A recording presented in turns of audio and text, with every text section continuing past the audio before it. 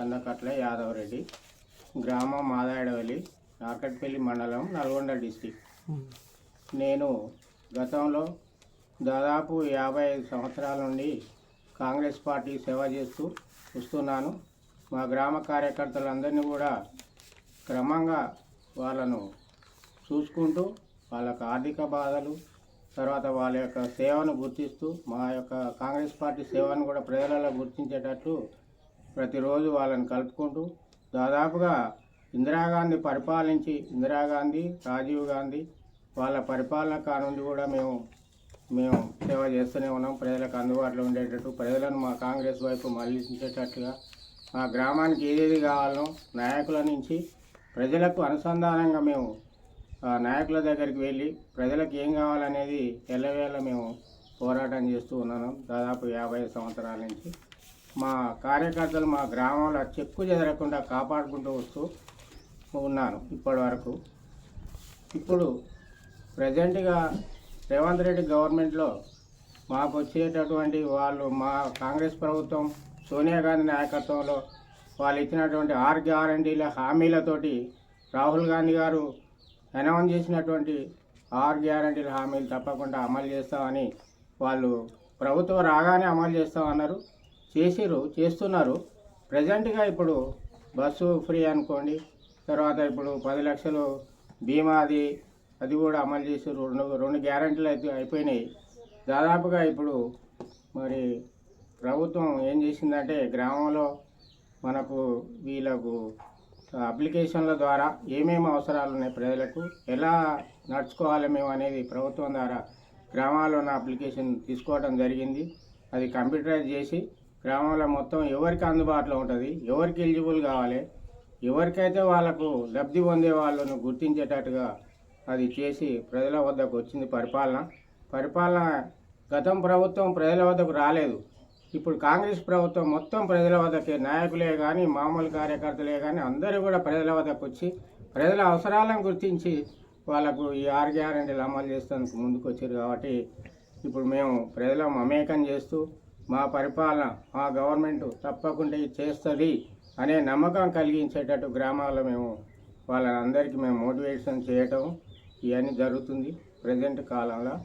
అయితే ఇప్పుడు కాంగ్రెస్ ప్రభుత్వం తప్పకుండా చేస్తుందని ప్రజలు గుర్తించేటట్టుగా మేము చేస్తున్నాం. అలాగే ప్రజలు కూడా నమ్మేటట్టు కూడా ఉన్నారు, నమ్ముతారని మేము అనుకుంటున్నాం. మేము 6 గ్యారెంటీలు కంపల్సరీ మేము పార్లమెంటు ఎలక్షన్ల ముందే మేము అమలు చేస్తానికి మా నాయకులు రేవంత్ రెడ్డి గారు ముఖ్యమంత్రి గారి నాయకత్వాన, మా కోమటిరెడ్డి గారి నాయకత్వాన, మా ఉత్తమ్ కుమార్ రెడ్డి గారి నాయకత్వాన, ఈ పొంగులేటి శ్రీనివాసరెడ్డి వీళ్ళంతా మంచి నాయకులు ఉన్నారు. కాబట్టి తప్పకుండా వాళ్ళు చేస్తారు. వాళ్ళ నాయకత్వం తప్పకుండా ముందుకు పోతుంది. రాహుల్ గాంధీ ప్రభుత్వం ప్రధానమంత్రి కావడానికి మేము కృషి చేస్తున్నాం.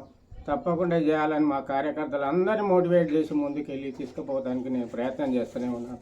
మా గ్రామం తరఫు నుంచి నేను ఈరోజు మాకు వచ్చినటువంటి జేఎన్టీవీ వాళ్ళతోటి మేము మమేకమై వాళ్ళ యొక్క గత బీఆర్ఎస్ ప్రభుత్వంలో మీ గ్రామంలో ఎటువంటి అభివృద్ధి జరిగింది? బీఆర్ఎస్ ప్రభుత్వంలో మా గ్రామానికి ఎలాంటి లబ్ధి చెందలేదు, ఎలాంటివి కూడా రాలేదు. మిషన్ భగీరథ వాటర్ కానీ డబుల్ బెడ్రూమ్ ఇండ్లు కానీ మీ గ్రామానికి ఏమైనా వచ్చినాయా? మిషన్ భగీరథ ఎలాంటిది రాలేదు, మా గ్రామానికి డబుల్ బెడ్రూమ్ రాలేదు, ఏది కూడా రాలేదు. వస్తాయని అంటున్నారు కానీ ఎలాంటి అమలు చేయలేదు. దళిత బంధు కూడా రాలేదు మా గ్రామానికి. మీ గ్రామంలో గతంలో కాంగ్రెస్ పార్టీ ప్రభుత్వంలో ఉన్నప్పుడు ఇందిరమిండ్లు ఏ మేరకు కట్టించారు? మా కాంగ్రెస్ ప్రభుత్వ గవర్నమెంట్లో ఇందిరాగాంధీ ఉన్నప్పుడు మేము 1974లో 30 ఇండ్లు కట్టించినాం. 30 ఇండ్లు కూడా భూసేకరణ చేసి ఆ భూమి కూడా మేమే ఇచ్చి కన్నకట్ల యాదవ్ రెడ్డి గారి భూమి కూడా ఇచ్చి ఇందిరామిండ్లు కట్టేయడం జరిగింది. 30 ఇండ్లు కట్టించినాం. ఆ రోజే దాదాపు 20 మంది పెన్షన్లు ఇప్పించిన నేను ఆ రోజుల్లో. అయితే పెన్షన్లు కూడా ఆ రోజులే జరిగినాయి, ఇండ్లు కూడా ఆ రోజునే చేసినాం. గ్రామ అభివృద్ధి కూడా రోడ్లు బాటలు కూడా ఆ రోజు వేయటం కూడా జరుగుతుంది. ఇప్పటికి కూడా అదే ఇండ్లు కొనసాగుతున్నాయి. కానీ ఇప్పుడు గత ప్రభుత్వం చేసింది ఏం లేదు. టీఆర్ఎస్ ప్రభుత్వం మాత్రం ఎలాంటి డబుల్ బెడ్రూమే కానీ ఎలాంటిది కూడా రాలేదు మా గ్రామానికి. మీ సొంత జాగా ఇచ్చిరా ఇండ్ల కోసం? సొంత జాగానే ఇచ్చినాం. గత ప్రభుత్వంలో మీ ఊర్లో ప్రధానంగా రహదారులు కానీ అంటే రోడ్లు డ్రైనేజ్ వ్యవస్థ ఏ విధంగా ఉంది? గత ప్రభుత్వంలో అంటే మేము కాంగ్రెస్ గవర్నమెంట్లో చేసిందే తప్ప టీఆర్ఎస్ గవర్నమెంట్ ఏది లేదు. అయితే అప్పుడు మా ఊరికి వాటర్ బాగాలేకుండే, ఫ్లోరిన్ వాటర్ ఉండే. ఆ ఫ్లోరిన్ వాటర్ పోవడానికి మేము ఎంతోమంది కృషి చేసినాం, ఎంతో నాయకుల తిరిగినా కానీ కాలేదు.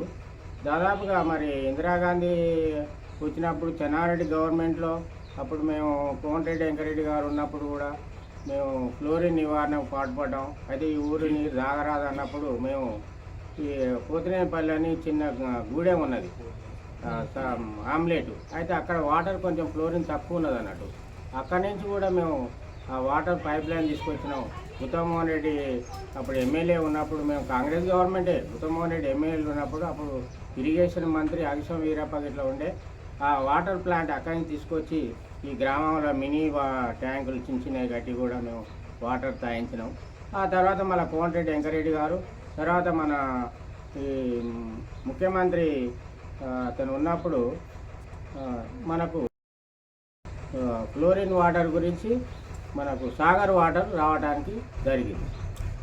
ప్రజెంట్ మీ సర్పంచ్గా ఒక ప్రజలు ఆశీర్వదిస్తే నిలబడతారా? తప్పకుండానండి. గతంలో నిలబడ్డాం, ఇప్పుడు కూడా తప్పకుండా మేము మళ్ళీ నిలబడి ఆ ప్రజలకు సేవ చేయడానికి ముందుకు వస్తున్నాం. ముందుకు తప్పకుండా చేస్తాను. ఒకవేళ సర్పంచ్గా మీరు విజయం సాధిస్తే ప్రజలు ఆశీర్వదించి మీరు గ్రామాన్ని ఏ విధంగా అభివృద్ధి చేస్తారు? ప్రజలకు నేను గతంలో చేస్తున్నాం, ఇప్పుడు కూడా ప్రజలనే ఉన్నాను. మళ్ళీ కూడా ప్రజలకు దాదాపు నేను ఇంకా రోడ్లు వేయటం, తర్వాత రేషన్ కార్డులు ఇప్పించటం, తర్వాత ఇప్పుడు పనికాహార పథకం కార్డు లేని వాళ్ళకి ఇంకా కార్డులు పని కలిపేయటం, తర్వాత చిన్న చిన్న సబ్ రోడ్లు ఇట్లా ఉంటాయి, లింక్ రోడ్స్ ఉంటాయి మాకు. ఇటు ఇవి మన పోతినేపల్లి నుంచి ఇక వేరే ఊరికి ఉన్నది, తర్వాత ఇక్కడ నుంచి మాన్రాకు ఉన్నది, నైబాయ్ చిన్న ఆమ్లెట్ నుంచి మాన్రాకు కూడా ఒక సబ్ రోడ్ కావాలి. తర్వాత ఏపీ లింగోటం నుంచి కూడా ఒక సపరేటు అటు చేయడానికి ప్రయత్నం చేస్తాం. ఇంకోటి మా గ్రామంలో ఇప్పుడు మినీ హాస్పిటల్ ఉన్నదండి, చిన్న దవాఖాన కట్టారు. అయితే ఆ దవాఖానకు మాకు కంపల్సరీ ఒక డాక్టర్ కావాలని కూడా నేను పోరాటం చేస్తాను. డాక్టర్ వచ్చి కూడా మాకు సేవ చేయడానికి ప్రయత్నం చేస్తాను. ఇంకా చిన్న చిన్న ఉపాధిగా కావడానికి స్టూడెంట్స్ వాళ్ళకు కూడా నేను తప్పకుండా వాళ్ళకి ఏదైనా కోచింగ్లు ఇప్పించి, కోచింగ్ సెంటర్లు కూడా చేయించి వాళ్ళకు చిన్న చిన్న ఉద్యోగాలు ఇప్పించి, ఏదైనా ఆర్థిక బాధలు ఉంటే మా నాయకుల దగ్గర కోమటిరెడ్డి వెంకరెడ్డి గారు ఉన్నారు, ఆ నాయకుల దగ్గర తీసుకుపోయి ఆర్థికంగా ఏమైనా ఇబ్బందులు ఉంటే కూడా మేము చేయడానికి కృషి చేస్తాం తప్పకుండా. ఇంకా ఏదైనా చిన్న చిన్న పనులు ఉంటే కూడా అన్నీ చెప్తాను. ఎస్సీలకు ఇంకా ఇండ్లు కట్టించేది ఉంది, ఇంకా ఇండ్లు కట్టించేది ఉంది, బీసీలకు ఇండ్లు కట్టించేది ఉంది, వాళ్ళకు కూడా ఇండ్లు తప్పకుండా కట్టిస్తాం. ఇవన్నీ డబల్ బెడ్రూమ్లు అని గతంలో ప్రభుత్వం అన్నది మాకు చేయలేదు కాబట్టి ఇప్పుడు ఇవన్నీ లేని ప్రజలకు ఏం కావాలో అన్నీ కూడా మేము కావడానికి మేము కృషి చేయడానికి పాటుపడతాం తప్పకుండా.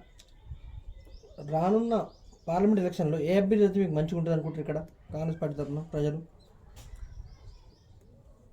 రానున్న ఎలక్షన్లో భువనగిరి కాన్స్టిట్యున్సీ కోమటిరెడ్డి వెంకరెడ్డి గారు ఇంతకుముందు ఉన్నారు.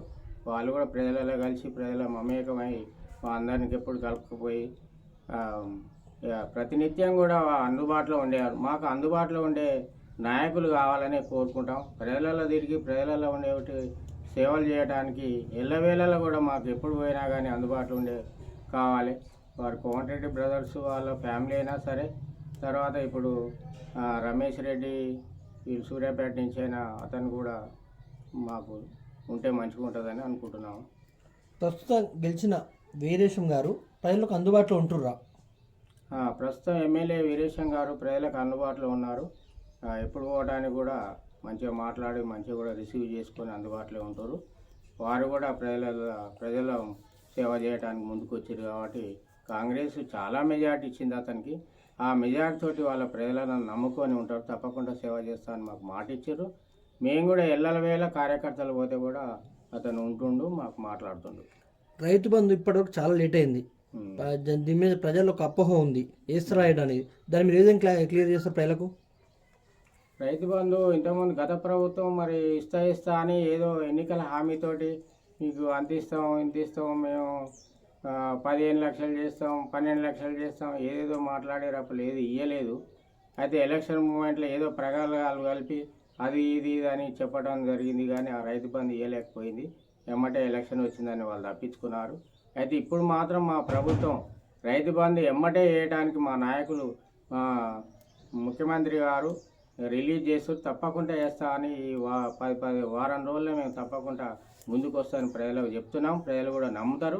తప్పకుండా రైతు బంధు స్టార్ట్ అవుతుంది. కాబట్టి మేము అది ప్రజల ముందుకు పోయి చెప్పగలుగుతున్నాం. ప్రస్తుతం గెలిచిన ఎమ్మెల్యే వేముల వీరేశం మీ ఊరికి ఏమైనా హామీలు ఇచ్చింది ఎలక్షన్ టైంలో?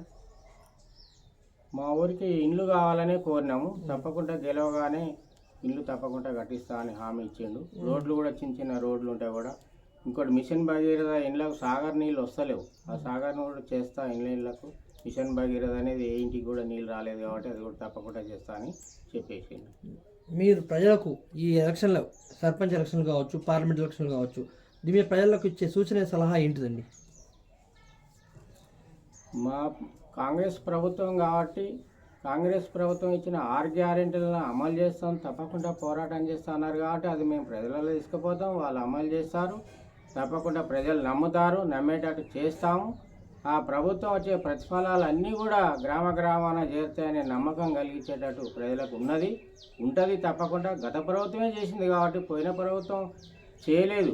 మా కాంగ్రెస్ ప్రభుత్వం ఇందిరమ్మ ఉన్న కానీ కాంగ్రెస్ ప్రభుత్వం చేసింది కాబట్టి అదే నమ్మకంతో ప్రజలు ఉన్నారు. ఇప్పుడు కూడా అదే నమ్మకంతో ప్రజలు నమ్ముతారు. అదే మేము తీసుకుపోతాం, తప్పకుండా అమలు చేస్తామని వాళ్ళ నమ్మకం కలుగుతున్నారు. సార్, ఇక్కడ స్థానికంగా ఉన్న గ్రామ సర్పంచ్ వీరేశం ఎక్కడ ఉంటే అక్కడే ఉంటాడంట. ప్రజల మధ్యలో ఉండకుండా ప్రజలకు అందుబాటులో ఉండడం అనేది ప్రజల వాదన. రేపు మీరు గెలిచిన తర్వాత కూడా ఇప్పుడున్న సర్పంచ్లకు ప్రజలకు అందుబాటులో ఉంటారా? మీరు కూడా ఎక్కడో సెట్ అవుతారు? నేను ప్రజెంట్గా సర్పంచ్గా పోటీ చేద్దాం అనుకుంటున్నా. ఒకవేళ పోటీ చేసి గెలిపొందితే మాత్రం ప్రజలలోనే ఉంటాను, నేను ఎక్కడ పోను. ఒకవేళ ప్రజలకు ఏదైనా కావాల్సి ఉంటే నాయకుల దగ్గరికే పోతా తప్ప 24 గంటలు ప్రజల దగ్గర ఉండి ప్రజలకు సేవలు చేసి వ్యవసాయమే కానీ లేకపోతే ప్రభుత్వం నుంచి వచ్చే ఫలాలు అందుకోవటానికి కానీ అవన్నీ అమలు చేయడానికి ఎల్లవేళలు నేను ప్రజల దగ్గరనే ఉంటాను, కానీ బయటికి వెళ్ళను. ఏదైనా అత్యవసర పరిస్థితుల్లో ప్రజలకు ఏమైనా కావాల్సి ఉంటే హాస్పిటల్లకు అటు ఇటు నాయకులకు ఏదైనా కావాల్సి ఉంటే నాయకుల దగ్గర నుంచి ఏమైనా ప్రతిఫలాలు ఎవరెవరికి అందలేదో ఏమేం కావాలనేది ఆ రోజు తీసుకుపోవడమే తప్ప వేరే రోజు మాత్రం నేను రోడ్డు ఎక్కను, ఎక్కడికి పోను. గ్రామాలలో ఉండి గ్రామంలోనే అందుబాటులో ప్రజలకు ఉంటాను. సార్, ఇక్కడున్న అంటే అధికార పార్టీలో ఉన్న ఎంపీపీ చాలా అవినీతి ఆరోపణలు ఉన్నాయని చెప్పేసి ప్రజలు అంటున్నారు. ఇక్కడ కొన్ని అవినీతి చేసిన ఆరోపణలు ఉన్నాయి, నిజామారి? అది నాకు తెలియదండి. మరి అవినీతి చేసినది తెలియదు. ప్రజలు అనుకోవటమే తప్ప కానీ అది కరెక్ట్గా మనం చెప్పలేము. ఎవరు మంచి పని చేస్తే వాళ్ళకే పేరు ఉంటుంది, వాళ్ళకి భవిష్యత్తు ఉంటుంది తప్ప మనం ఒకరి మీదని మనం అనలేము, మనకు తెలియదు. ఇక్కడ సీసీ రోడ్లు కానీ తర్వాత డ్రైనేజ్ వ్యవస్థ, మిషన్ భగీరథ వాటర్ చాలా కొన్ని చోట్ల వెనుకబడి ఉన్నాయి, పూర్తి చేయలేరు అంటున్నారు. ఎందుకు ఆగిపోయింది? ఎక్కడ జాప్యం? ఇక గత నాయకులు ఏం చేశారు అనండి. మరి మాదైతే కాంగ్రెస్ పరిపాలన ఉన్నప్పుడే జరిగింది. మరి గతం ఉన్న చిల్మార్తి లింగయ్య గారు మరి కొన్ని రోడ్లు అయితే వేసిండ్రు. ఇక ఇంకా పూర్తి చేయవలసి ఉన్నది, అది ఆగిపోయినాయి. మరి వాళ్ళు ఎందుకు చేయలేదో ఏమో అది అర్థం కాలేదు. మేము వస్తే మాత్రం అన్నీ పూర్తి చేసి చేయగలుగుతాం.